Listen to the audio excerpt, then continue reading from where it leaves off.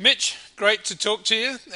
Enjoyed watching you in GP3 in 2011, and very impressed, obviously, with your sudden arrival in the Toyota Series in 2012. First of all, just tell us a little bit about the build-up to that, why you didn't do the full season and you joined it when you did.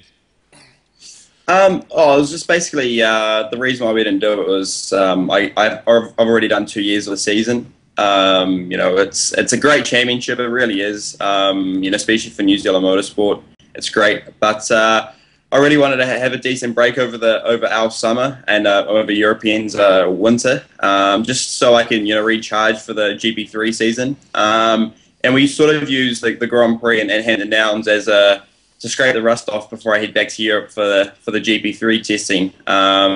And I think that was a perfect way to start the year.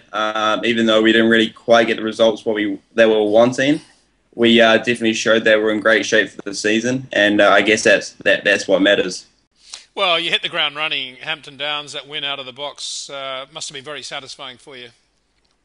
It was. I've been following the championship when it started this year, and it seemed bloody competitive, to be honest. And I was a little bit worried heading into I'll admit that.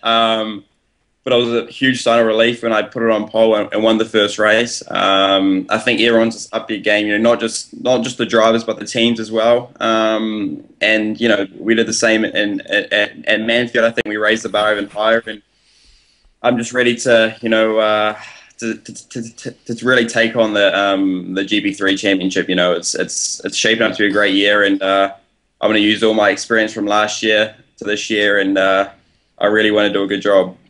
Well, before we get on to that, let's just talk a little bit more about New Zealand. You mentioned how competitive it was. I think you're quite good buddies with Nick Cassidy, right? Who's now won the championship, and he inherited that win in the New Zealand Grand Prix from you. Tell us a little bit about Nick and his background. Yeah, Nick, myself and Nick raced against each other ever since we started in go-karts. We've always been huge rivals, which I guess is good off the track, but on the track it gets pretty aggressive, and it's a great little relationship we've got going on. Off track, nowadays we're always hanging out together and playing tennis and stuff. He hasn't quite beaten me, so it's great. But myself and Nick get on really well, and he's had a really successful karting background. He's a brilliant driver, and I really think he's going to go far in his career, and I wish him all the best, especially for this year, because I think he's got some great news coming up and great opportunities. So I just really hope, saying really good works out for him, because he works hard, and he deserves to have opportunity to head to Europe or to another country. So, yeah. Mitch, you had another win in race one in Manfield, and you're walking away with the Grand Prix race in the bag. And it looked to me like those cars, it's a one-make formula at the end of the day, are pretty reliable and just incredible. You would have, I think, an electrical misfire with, 7 laps to go in the New Zealand Grand Prix with the race in the bag. Yeah. I hate to say all that again. You don't want to hear all that. That's right. No, unfortunately, it wasn't 8 laps later, but the electrical failure happened. But hey, it was just one of those things.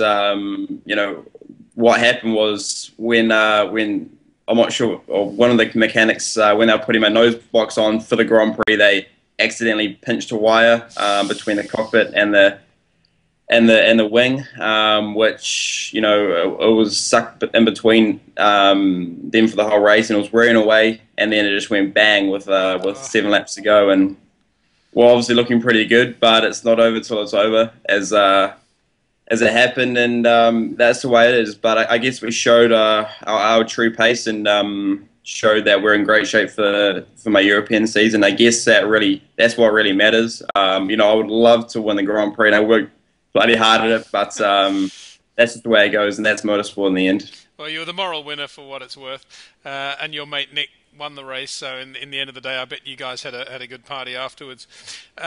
We heard a little bit about you doing some sort of boot camp with a certain Aussie grit, Mark Webber, prior to coming over to New Zealand. Tell us a little bit about that, Mitch. Yeah, obviously with my relationship with Mark, he actually does normally before a F1 season, he likes to get into good shape before testing and all that, and does a training week, different parts of the world. And this year we did it in Australia. He's got a place in Noosa, which is just north of Brisbane. Beautiful home and beautiful part of the world up there. It's truly amazing and brilliant for training. So myself and him and our trainer went up there and smashed it up for 6 days, which was great. It's great to train alongside Mark and learn off him.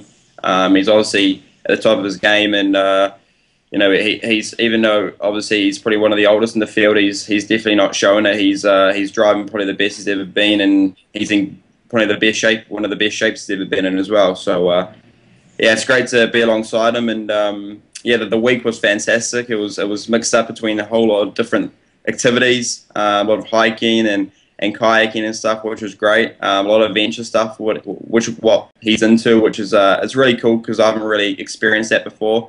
It just really makes training a whole lot of fun in the end, which is it always helps, because sometimes training is not that much fun, but when you can make it fun, you always want to do it. So the week was fantastic, and I think we're in great shape for the season. Mitch, speaking of great shape, how do you stack up next to the old man? When you got a one-on-one cardiovascular thing, cycling or whatever it is, how actually do you compare with Mark now in terms of fitness? It's hard to say, really. I'm slowly catching up to him. I'm trying to pick his brains a bit with training and all that, and I'm slowly getting there. But it's been great just to obviously cycle with them and all that, just to experience what level I need to be at before, if I get the opportunity to race in a higher class. So now I'm gonna be matching him soon, and I'm working really hard, when I'm not with them, to make sure when I'm with them that I'm not falling behind or anything. So Mitch, how did it feel to come back to New Zealand with the experience that you now have in Europe and the results that you've achieved, and knowing you're going back now very shortly to Portugal for the first GP3 test of the year? How does it feel for you to be coming back to New Zealand and seeing the racing there and your old mates and your old life there?